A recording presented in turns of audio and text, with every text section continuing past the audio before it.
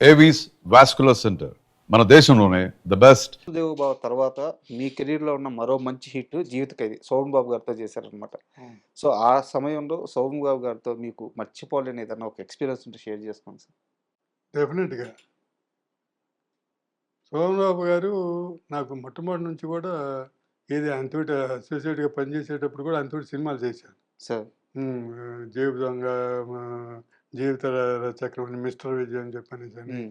ఆ తర్వాత కోదండరామిరెడ్డి గారు చేసిన సినిమాలకి ఆయన చేసిన వాటిల్లో నేను చేశాను. హ్మ్. బాగా పరిచయం ఉంది. బాగా ఇష్టం కూడా అనమాట. సార్. ఇద్దరు అజయ్ అంటే బాగా ఇద్దరు చేసేవాడు. అక్కడ ఒకసారి రేస్ కోర్స్‌లో ఇది షూటింగ్ జరుగుతుంది. హ్మ్. మద్రాస్ రేస్ కోర్స్‌లో. రేసు జరుగుతుంది. బట్ బెంగుళూరులో గుర్రాలు పరిగెత్తి ఇక్కడ కూడా కట్టడాలు ఇదంతా ఉంది. మేము షూటింగ్ ఉందని చెప్పనేసి సరదాగా పోయి నాకు మామూలుగా మధుసూదనరావు గారును, సుందరమూర్తి గారు నన్ను వాటికి కట్టమని చెప్పని పంపించేవాడు. హ్మ్. సో, నాకు అది కొంచెం తెలుసు. అందుకని ఎళ్లి సరదాగా అక్కడ ఉన్నోళ్ళు పరిచయం అయితే వాళ్ళు తెలిసిన వాళ్ళని అడిగితే ఏ టైం మీద కట్టమంటారో చెప్పండి అని కట్టామనమాట. హ్మ్.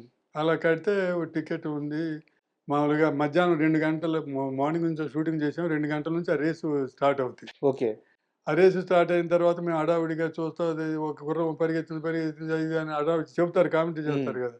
వచ్చిన తర్వాత చూస్తే ఓ గుర్రం గెలిచిన గుర్రం అది చూస్తే మా నంబర్ ఉంది దాంట్లో. ఓకే. మేము కట్టిన దాంట్లో. ఆ! సో, మెలకుండా అది డిస్కస్ చేసుకొనేసి ఊరుకున్నాము. మళ్ళీ రెండో గుర్రం పరిగెత్తింది. 5 గుర్రాలుంటాయి అట్లా. హ్మ్. రెండోది పరిగెత్తింది. రెండోది కూడా మా దగ్గరుంది. ఆ! ఉండేసరికి ఇంక హడావుడి చూసేసి పిలిచాడాయన. పిలిచి ఏంటి అందరూ ఏందో గుమ్మగుడి ఏదేదో చెప్పుకుంటున్నారు. ఏదో హ్యాపీగా ఫీల్ అవుతున్నారని చెప్పని అడిగాడు. హ్మ్. ఏం లేదు సార్ ఇట్లా కొన్నాము అది అని చెప్పి అనగానే తిట్టాడు. ఆ! మీరు వచ్చే షూటింగ్ మీ ఎయిమ్ ఏంటి? నువ్వు డైరెక్టర్ అవ్వాలని, ఇచ్చేయాలని. హ్మ్. ఈ టికెట్లు ఇలాంటివి కొంటావా? గుర్రపు పందాలు ఆ! ఆడతారా? అసలు తప్పు అది. హ్మ్. నువ్వు రావటం, పోవటం సంగతి కాదు. అసలు తీసుకోవటమే తప్పు. అసలు బెట్టింగ్ జోలికి పోవడమే ఆ! తప్పు అన్నది అని చెప్పనేసని సోమన్ బాబు గారి ఉద్దేశం. ఆ! ఆ! తిట్టాడు కూడా అనమాట. ఇది హ్మ్. కరెక్ట్ కాదని చెప్పనేసని. అని చెప్పానంటే, సరే అయితే నేను కూడా అన్నాను, సరే సార్ చింపేస్తానని చెప్పి అన్నాను. కొన్నావు కదా ఉంచుకో. కానీ మళ్ళీ రెండోసారి ఎప్పుడు దాని జోలికి పోకు. హ్మ్. నా ఎయిమ్ ఏంటంటే, నా ఉద్దేశ్యం కూడా నీకు రాకూడదనే అనుకుంటున్నాను. హ్మ్. ఎందుకంటే వస్తే చెడిపోతారు. ఆ! ఇక నువ్వు అది గాని వచ్చిందంటే ఇంక మీరు చెడిపోతారు. హ్మ్. ఇంకెన్ని చెప్పినా ఇది వదిలేస్తారు. వాటి వైపు వెళ్ళిపోతారు అని చెప్పనేసి అంత కటువుగా చెప్పాడు. సరే. సరే అని చెప్పనేసని మూడో గుర్రం కూడా వచ్చింది. మెలకుండా ఊరుకున్నాం. ఏమైంది మూడోది కూడా వచ్చిందని ఆయన అడిగాడు. ఆ! వచ్చింది సార్ అన్నాం. హుషారు లేకుండా. అలాగా 5 గుర్రాలు వచ్చినాయి. ఆ! 5 గుర్రాలు వచ్చాయి. మా దగ్గర హుషారు లేదు. అది అని చెప్పనేసి 5 గుర్రాలు వచ్చాయి. సరే అన్నీ వచ్చినాయి సార్ అని చెప్పంటే, ఇంక అక్కడి నుంచి క్లాస్ తీసుకున్నాడు. హ్మ్. మీరు చెడిపోయే టైం ఇది. డబ్బులొస్తాయి. ఆ డబ్బులు నువ్వు తీసుకెళ్ళేసేసి నాకు చూపెట్టు. ల్యాండ్ కొను. ఒక్క రూపాయి కూడా నువ్వు ఖర్చు పెట్టుకోవడానికి లేదు. హ్మ్. ఏదో మీ ఫ్రెండ్స్‌కి పార్టీ ఇవ్వటానికి గాని, ఈటికి గాని. అయ్యేనా తెలిసొదలుకుంటే నువ్వు సంపాదించిన దాంట్లో పెట్టు. హ్మ్. అది మాత్రం కంప్లీట్‌గా ల్యాండే కొనాలి నువ్వు. హ్మ్. అని చెప్పనేసి ఇయన్నీ చెప్పాడు. ఎంతొచ్చింది సార్ అసలు ఆ రోజు?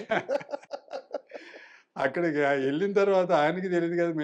మేము మేము అక్కడ అడిగి పెడితే అన్ని ఫేవరెట్ గుర్రాలు పెట్టారు. హ్మ్. అయ్యి వస్తాయని అందరికి వాటికి కడతారు. ఎక్కువ మంది కడితే డిస్ట్రిబ్యూట్ అయిపోద్ది. హ్మ్. వచ్చింది 2000. 2000 ఆయనకి తెలీదు ఎంతొచ్చిందని. దాని తర్వాత చెప్పాం. ఆ! అప్పుడు లేదు. అప్పుడు ఎళ్ళిపోయాడు. హ్మ్. వెళ్ళిపోయి 5 గంటలకి మనం షూటింగ్ 6 గంటలకి వెళ్ళిపోతారు కదా! హ్మ్. సరే మళ్ళీ మరుసటి రోజు షూటింగ్ దగ్గర కలుస్తాం కదా! హ్మ్. సరే 2000 వచ్చింది అని చెప్పానంటే, ఆ 2000 అయినా సరే నువ్వు ఎక్కడో ఒకటి ఇన్వెస్ట్ చెయ్యి. 2000 అయినా సరే. హ్మ్. నువ్వు మాత్రం నీకు ఖర్చు పెట్టబాకు అని చెప్పి అన్నాడు. డబ్బు విషయంలో అసలు ఆయన చాలా పర్ఫెక్ట్‌గా ఉంటారు. పర్ఫెక్ట్ అను అందరికి చెప్తాడు. హ్మ్. మనం ఇదే దాచుకోకుండా. అలా ఉంటే సరే నేను 'జీవిత ఖైదీ' సినిమా చేస్తుంటే మామూలుగా అసోసియేట్ నుంచి తెలుసు కాబట్టి ఫ్రెండ్‌షిప్ బాగానే మా అజయ్ అని చెప్పి బాగా మాట్లాడుతుంటాడు, చేస్తుంటాడు, జోక్స్ చేస్తుంటాం. బాగా ఇదిగా ఉంటాం. హ్మ్. సరే దాంట్లో 'మాతృదేవోభవ' షూటింగ్ జరిగేటప్పుడు ఈ ఫంక్షన్ పెట్టారు 'కెఎస్ రామారావు' గారు 100 డేస్ ఫంక్షన్. హ్మ్. ఒక తోటలో పెట్టాడు. తోటలో పెడితే ఆయన్ని పిలిచాడనమాట వచ్చి. నేను కూడా పని చేస్తున్నాను కాబట్టి ఆయన హీరో హీరో కాబట్టి గారు గూడా ఆ! వచ్చారు. ఆ! హ్మ్. హీరో గారిని ఇన్వైట్ చేశారు. హ్మ్. ఇన్వైట్ చేస్తే ఏమయ్యా మీ ప్రొడ్యూసరు ఫంక్షన్‌కి రమ్మన్నాడు. నన్ను గెస్ట్‌గా ఇన్వైట్ చేశాడు అని చెప్పానంటే, మంచిదే కదా సార్ అని చెప్పాను. హ్మ్. హ్యాపీ సార్ నాకు గూడా అని చెప్పి. మీరొస్తే ఇంకా హ్యాపీ అంటే, మరి ఇది మాట్లాడాలంటే నేను సినిమా చూడలేదు గదా! వినటమే గాని అని చెప్పానంటే, అదేం సార్ చూపిస్తామని ఆ నైటు రామారావు గారు షో ఏసేసి చూయించాడు. హ్మ్. చూయించిన తర్వాత నేనెళ్ళలేదు ఇంక. మా షూటింగ్ ఆ గొడవ ఉండేది. మరుసటి రోజు షూటింగ్‌కి మామూలుగానే వచ్చాము. వచ్చేసిన తర్వాత శ్రీనివాసరావు గారితోటి ఈయన సోమన్ బాబు గారు శ్రీనివాసరావు గారు నేను చాలా తప్పు చేశానండి ఆ అజయ్ విషయంలో అని చెప్పి అన్నాడు. చంద్రబాబు శ్రీనివాసరావు గారితో. ఆ! ఆ! ఆ తప్పు చేశానని చెప్పంటేను, ఏంటండి ఏం జరిగింది ఏంటి అని చెప్పి ఆయనేమనుకున్నాడంటే, నేనేదో ఆయన్ని హీరో గారిని ఏమన్నా అన్నానేమో, ఆయనకి కోపం వచ్చిందేమో చెప్పనేసి హ్మ్. అదేం లేదండి ఏదైనా ఉంటే నేను చెబుతాననే పద్ధతిలో మాట్లాడాడు ఈ శ్రీనివాసరావు గారు. హ్మ్. ఏం చెప్పానంటే, అది కాదండి రాత్రి 'మాతృదేవో' సినిమా చూశాను. నన్ను గెస్ట్‌గా పిలిచారు కదా! చూశాను. హ్మ్. చూసిన తర్వాత 'మాతృదేవోభవ' తీసిన డైరెక్టర్‌గా నేను సలహాలు చెప్పాను. కొన్ని సలహాలు షూటింగ్ చేసేటప్పుడు. నేనెంత తప్పు చేశానో నాకప్పుడు అర్థమైంది ఈ సినిమా చూసిన తర్వాత. మన అజయ్ ఇంత ఇప్పుడు అసోసియేట్‌గా కూడా తెలుసు కాబట్టి హ్మ్. ఆయన చనువుడింది. ఆ! మన అజయ్ అని చెప్పనేసి ఇంత డై డై డైరెక్షన్‌లోను ఇంత డైరెక్టర్ ఇంత బాగా చేశాడని అసలు నేను ఎక్స్‌పెక్ట్ చేయలేదు. హ్మ్. మామూలుగా ఏదో సక్సెస్ అని చెప్పి అన్నారని చెప్పని. నేనది చూసిన తర్వాత నేను ఫీల్ అయ్యాను. ఈ వ్యక్తిగా నేను సజెషన్స్ చేసేది నేను చాలా తప్పు చేశాను అని చెప్పనేసని అంత బాగా మెచ్చుకున్నాడనమాట. సో నాకు ఇంక వేరే షూటింగ్‌ల విషయాలు చాలా ఉన్నా గూడా ఇది మాత్రం అని హ్మ్. "నువ్వు పితృదేవోభవ చేసేటట్లయితే నేను ఫ్రీగా చేస్తాను డబ్బులొద్దన్నాడు." అబ్బా! అక్కడే చెప్పాడు అప్పుడే. హ్మ్. అంత ఇంప్రెస్ అయ్యి అంత ఇచ్చేసాడు. ఆయనకి మాతృదేవోభవ అంటే అంత ఇష్టం. అంత ఇష్టం. అంత అంతకుముందు చూడలే ఆయన.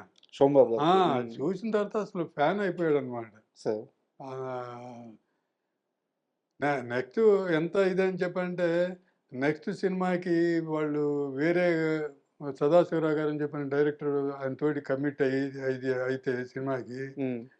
నా నా నన్ను పెట్టుకోమని చెప్పిన ఆ సినిమాకి కూడా ఆయన అట్లా రికమెండ్ చేసాడు. సార్ యాక్చువల్‌గా 'శోభన్ బాబు' గారు డబ్బు విషయంలో చాలా స్ట్రిక్ట్‌గా ఉంటారు అని జెప్పేసి విన్నాము. కొంతమందైతే మరీ దారుణంగా ఆయన డబ్బు మనిషి అనే ముద్ర గూడా వేసేసారు. కొన్ని కొన్ని ఇంటర్వ్యూలో మాట్లాడుతూ. సో, మీరు నిజాలు తెలిసిన మనిషి కాబట్టి మీరు జెప్పండి సార్ అసలు? అది తప్పండి. డబ్బు మనిషి అనేది తప్పు. హ్మ్. డబ్బు మనిషి అని ఎప్పుడంటామంటే, ఎవరైనా ఒక అమౌంట్ ఒప్పుకొనేసి హ్మ్. ఆ ఒప్పుకున్న దానికన్నా ఎక్కువ అడగటం, లేతే అదేనో నేను ఎక్కువ రోజులు చేశాను కాబట్టి ఇవ్వాలని చెప్పనేసని ఏదైనా ఎక్స్‌ట్రా డిమాండ్ చేస్తే అది డబ్బు మనిషి అని చెప్పనేసి అంటారు. తనకు ఒప్పుకుంది రావాల్సింది కరెక్ట్‌గా వసూలు చేసుకుంటాడు. హ్మ్. దాంట్లో తప్పని నేను అనుకోను. డబ్బు మనిషి ఎట్లా అవుతాడు? అది ముందే చెప్పుంటారు ఆ గదా! ముందు అంతే అది కూడా పక్కాగా చెప్తారండి. హ్మ్. అంతేగాని వేగ్‌గా తర్వాత చూసుకుందాంలే, తర్వాత ఫైనల్ చేద్దాం అనే ప్రశ్నే లేదు. హ్మ్. కరెక్ట్‌గా డబ్బు సంగతి చెప్తాడు. హ్మ్. తర్వాత నేను సండే రోజు షూటింగ్ చేయనని చెప్పని క్లియర్‌గా ముందుగానే చెబుతాడు. హ్మ్. మీరు అలా ప్లాన్ చేసుకోండి అని చెప్పనేసని. 6 గంటల తర్వాత నేను చెయ్యనని చెబుతాడు. హ్మ్. మీకు నైట్ ఎఫెక్ట్ ఏదన్నా ఉంటే నాకు ముందు రోజు చెప్పండి. నేను ప్రిపేర్ అవుతానంటాడు. హ్మ్. అంతేగాని చేయననడు. హ్మ్. నాకు ముందు 2 రోజులు చెప్పండి. నేను ప్రిపేర్ అవ్వాలి మెంటల్‌గా. న అప్పటికప్పుడు జెప్తే చేయరు. ఆ! అప్పటికప్పుడు ఇప్పుడు ఎక్స్‌టెండ్ చేస్తున్నామండి అని చెప్పనేసి అంటే చేయరు. తక్కినోళ్ళు చేస్తారు హ్మ్. వీళ్ళు. హ్మ్. ఇవాళ 9 గంటలకు చేస్తున్నామండి అంటే సరేలే అంటారు. హ్మ్. కానీ ఆయన అట్లా చేయడు. హ్మ్. అయన్నీ ప్రిన్సిపల్స్ ఉన్నాయి ఆయనకి. హ్మ్. అంతేగాని డబ్బు మనిషి అయితే 100% కాదండి. ఎలాగంటే నాకు 'మాతృదేవోభవ' ఆయన సినిమా చూసి ఇంప్రెస్ అయ్యి, నేను 'పితృదేవోభవ' సినిమా గాని చేసేటట్లయితే ఫ్రీగా చేస్తానన్నాడు రూపాయి తీసుకోకుండా. అబ్బా! మామూలుగా డబ్బు మనిషి అయితే ఎందుకంటారు అట్లా? అసలు ఆ మాట ఎందుకు చెప్తారు? ఎందుకొస్తది? ఆ కళ మీద ఇంట్రెస్ట్ అది ఉండబట్టే కదా! అవును. ఆ మాట అన్నది. డబ్బు మనిషి కాదు. కాకపోతే ఏంటంటే తనకు రావాల్సింది మాత్రం కరెక్ట్‌గా వస్తేనే డబ్బింగ్ చెప్తాడు. హ్మ్. అది నేను తప్పనుకోను. డబ్బు మనిషి అని అనుకోను. అన్నోళ్ళు ఏ ఉద్దేశంతోటి అన్నారో నాకు తెలీదు గానీ, అది మాత్రం వాస్తవం కాదు. సో తను అంతేగాదు. తన దగ్గరున్నోళ్ళందరినీ బాగుపడటానికే ఆయన చూస్తాడు. ఎలాగంటే, ఇప్పుడు డబ్బింగ్‌కి ఆయన డబ్బులొచ్చినాయని చెప్పనేసని డబ్బింగ్ చెప్పడు. హ్మ్. వాళ్ళ మేకప్ మ్యాన్ దగ్గరికెళ్ళేసేసి అతన్ని గూడా అడిగి అతను ఓకే అంటేనే డబ్బింగ్ చెప్తాడు. సో, మేకప్ మ్యాన్ డబ్బులు వచ్చినియో, రాలేదో కూడా తెలుసుకుంటారు. తెలుసుకుంటాడు. అతనొచ్చి చెప్పాలి హ్మ్. సోను బాబు గారికి. హ్మ్. ఓకే అని చెప్పనేసని. సో సో, అట్లాగా వర్కర్స్‌ని గూడా జాగ్రత్తగా చూసుకుంటాడు. హ్మ్. ఇప్పుడు దీంట్లో కూడా డబ్బు అని చెప్పానంటే వాళ్ళు కూడా ఒప్పుకున్న డబ్బే కదా అది కూడా. అంతే కదా సార్. వాళ్ళ కష్టమే కదా! ఆయన మన అసిస్టెంట్ మేకప్ మ్యాన్‌లు, ఏఐ డ్రెస్సర్లు వీళ్ళంతా ఉంటారు కదా! ఒక 5, 6 మంది స్టాఫ్ ఉంటారు సార్. కదా! వాళ్ళందరికి కూడా అతను ఈళ్ళు ఆయన ఉద్దేశ్యం ఏంటంటే సినిమాల్లో ఉన్నవాళ్ళు మగాళ్ళంతా తాగేసో ఏదో చెడ్డ అలవాట్లతోటి పాడు చేస్తారు, ఇల్లు చేస్తారు, నాశనం చేసుకుంటారని ఆయన ఇచ్చే సాలరీ వాళ్ళకివ్వడండి. హ్మ్. మగోళ్ళకి ఎవరికీ ఇవ్వడు. హ్మ్. ఆడోళ్ళకి ఆడోళ్ళకిస్తాడు. వాళ్ళకి అకౌంట్ పెట్టిచ్చేసి వాళ్ళ భార్యలకిస్తాడు. హ్మ్. ఆ డబ్బు వాళ్ళు ఖర్చు పెట్టాలి ఇంటి ఖర్చులు. ఇంటికి ఈడ పంపించేస్తారు. ఆ! ఇంటికి పంపించేస్తాడు. ఆ! వీళ్ళ చేతికి ఇచ్చేవాడు కాదనమాట. ఆ! అలాగే వర్కర్స్‌కి ఇల్లు కట్టిపెట్టాడు. అందరికి. ఆ!